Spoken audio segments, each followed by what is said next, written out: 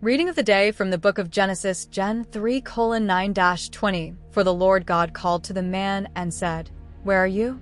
He replied, "I heard your voice in the garden, and I was afraid, because I was naked. So I hid myself." He said, "Who told you that you were naked? Have you eaten from the tree that I commanded you not to eat from?" The man answered, "The woman whom you gave to be with me, she gave me from the tree, and I ate." The Lord God said to the woman, "What have you done?" The woman replied, "The serpent deceived me, and I ate." Then the Lord God said to the serpent, "Because you have done this, you are cursed above all livestock and above every wild animal. On your belly you shall crawl, and dust you shall eat all the days of your life. I will put enmity between you and the woman, and between your offspring and her offspring. He shall bruise your head, and you shall bruise his heel." To the woman he said, "I will greatly multiply your pain in childbearing, and in pain you shall bear children. Your desire shall be for your husband, and he shall rule over you." To Adam he said, "Because you have listened to the voice of your wife, and have eaten from the tree of which I commanded you, you shall not eat of it. Cursed is the ground because of you. In toil you shall eat from it all the days of your life. Thorns and thistles it will bring forth for you, and you shall eat the plants of the field. In the sweat of your face you shall eat bread, until you return to the ground, for out of it you were taken. For dust you are, and to dust you shall return." And Adam called his wife's name Eve, because she was the mother of all living. The Lord God made for Adam and for his wife garments of skins, and clothed them. Then the Lord God said, "Look, the man has become like one of us in knowing good and evil. Lest he now put out his hand and take also from the tree of life and eat, and live forever." The Lord God banished him from the Garden of Eden to work the ground from which he had been taken. He drove out the man, and at the east of the Garden of Eden he placed cherubim and a flaming sword that turned every way to guard the way to the tree of life.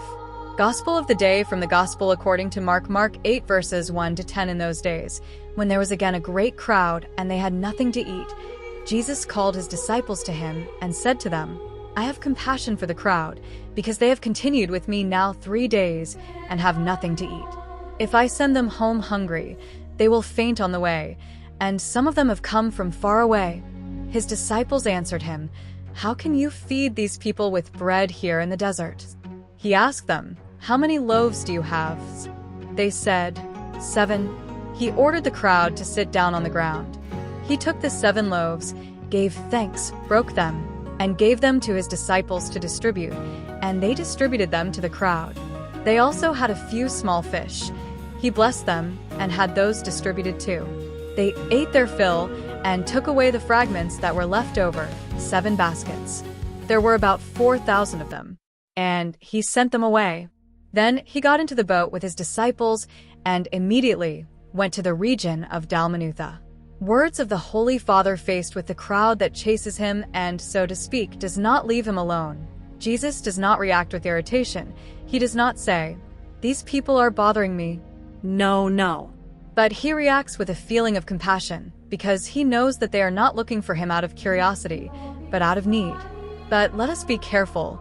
Compassion, what Jesus feels, is not simply feeling pity. It is more. It means suffering with, that is, identifying with the suffering of others, to the point of taking it upon oneself. This is how Jesus is. He suffers together with us. He suffers with us. He suffers for us. And the sign of this compassion is the numerous healings he has performed. Jesus teaches us to put the needs of the poor before our own. Our needs, although legitimate, will never be as urgent as those of the poor, who do not have the necessities of life. Today, Saints Faustino and Giovita are celebrated. These 2 noble brothers from Brescia lived in the 2nd century AD and were known for their unwavering Christian faith. As preachers of the gospel, they faced numerous persecutions under Emperor Hadrian. Their dedication to evangelization and their refusal to offer sacrifices to pagan gods led them to endure trials and torture, yet they remained steadfast in their mission. After being arrested multiple times and subjected to cruel torments, they were eventually sentenced to death and martyred around the year 120 AD.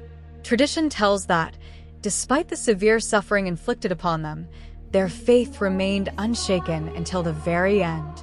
Their intercession is especially invoked for protection and courage in faith. Those who pray to them seek the strength to remain steadfast in times of difficulty and the light to face life's trials with determination and hope.